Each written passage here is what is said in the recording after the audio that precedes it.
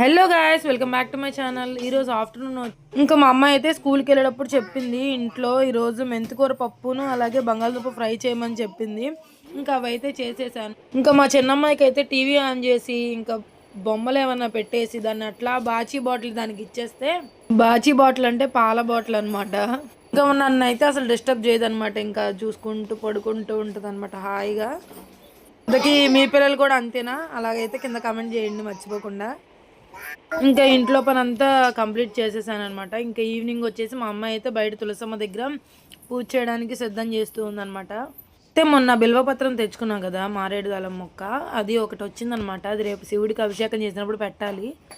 అసలు ఈ చలికాలంలో ఫేస్ అయితే మొత్తం ట్యాన్ అయిపోయి ఏంటో దల్సర్గా అయిపోయినట్టుగా అనిపిస్తుంది. ఏంటో అసలు రఫ్గా అయిపోయింది బాగా.